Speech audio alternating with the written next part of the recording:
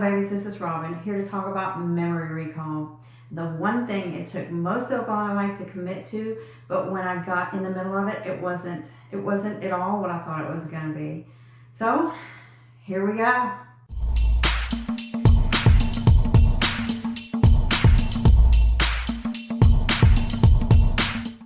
Memory recall is when that prayer practice is really going to show you how glorious it is.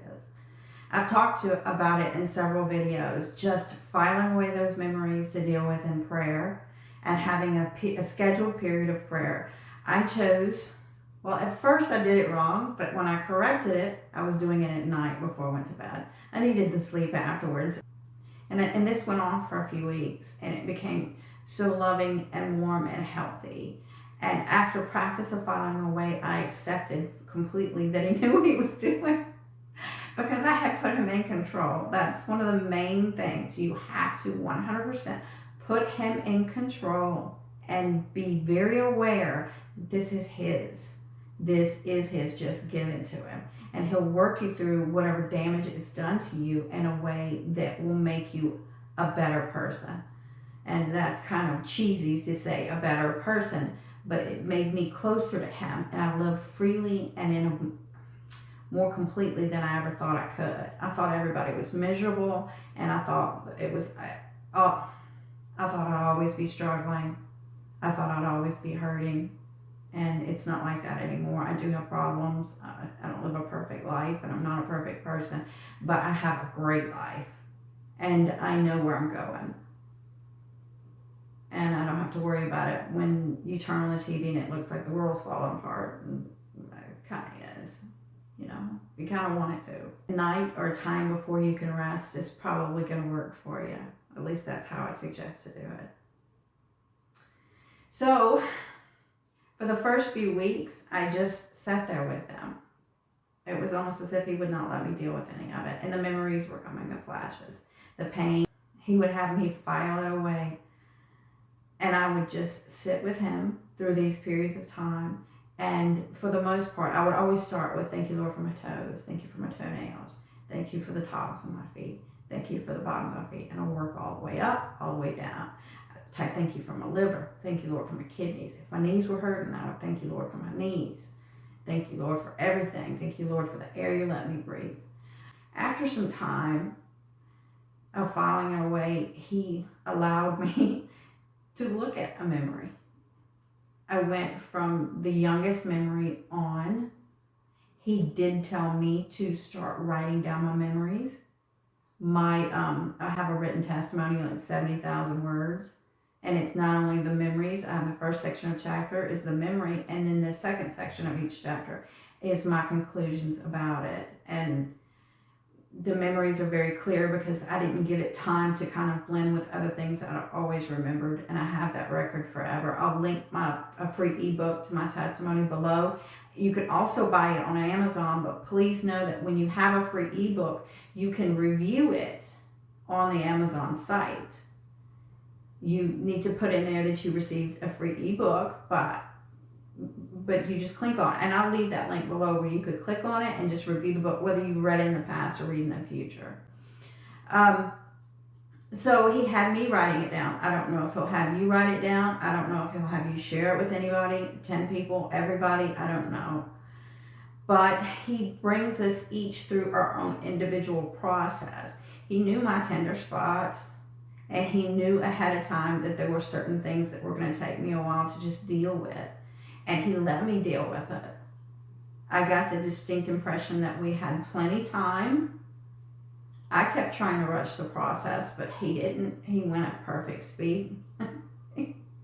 Every time he does it perfect, he went at perfect speed. He gave me time to deal with each problem area. Like there were certain individuals that took part and agreed to different damages done to me, and I didn't understand that. That hurt really bad. And he let me sit, and he showed me why these people in their own childhood, what would get them to the point where they could agree to things like this. And that allowed me to release the hatred, the anger, the hurt feelings, which is a sin, which hurt me. and it released this massive amount of pain. Just not only knowing what truly happened, why it truly happened, but what caused those specific loved ones to cause that damage to me or agree to it. How did they blame me for the whole thing? That was a big one. That was a big one. It took me quite some time to deal with that. But he sat with me. And when I would get in a rush, I would remember he was in control. And then there were many times that I started to get very overwhelmed. And the lines between my prayer practice and dealing with my memory call within that and the rest of my life would start to blur, and I would refocus and take breaks. I started the process with just spending time with him, and I ended the process with just spending time with him. And all throughout the pain and looking at things that I never wanted to even think were even possible for anyone ever, when that pain would get too much, he would say, okay, let's take a break. And we would just sit with him, sometimes in absolute quiet and stillness. And he would sort of hold me until I went to sleep at night. He would hold me until I went to sleep at night. Another thing about memory recall is why I had to deal with evil. I don't want to give anybody flashbacks, but some of that stuff is just unthinkable. That's why we fragment. It's because it's unthinkable. There's no way to wrap your head around it. So you have to let him do it at his time, in his way, in his pace. To follow him. A big factor in the healing is dealing with the fact that I had parts.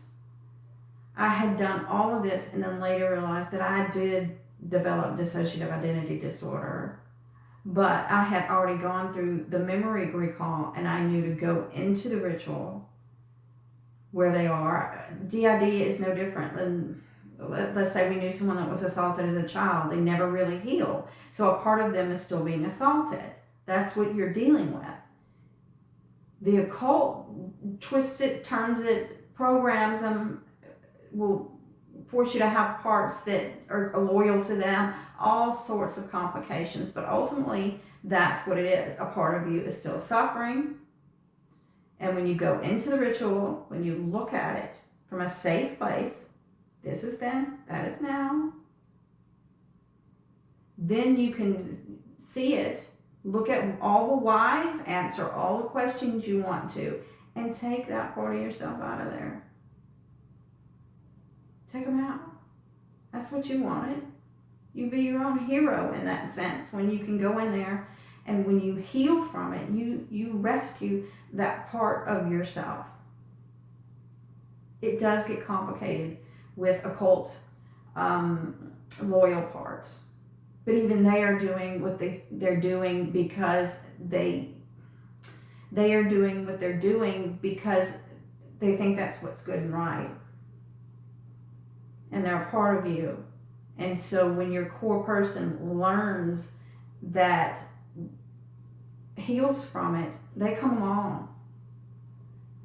It's a little struggle sometimes for specific ones of them. Some of us have higher level of programming than others. Yeah, I've seen this get really hard for a few individuals. But in general, the more you heal, then that's every part of you. You don't just, it's not just the core person that's healing, you're also healing your parts that are still there. They're still suffering. It's really no more complicated than that. Blocking out the parts that hurt also meant I had to block out absolute glory because I didn't want to deal with the supernatural. Not at that level. I didn't want to think it had done all that to me. I believed in God, but he was my foundation, but I wasn't filtering my life through him, and that just caused me a lot of trouble.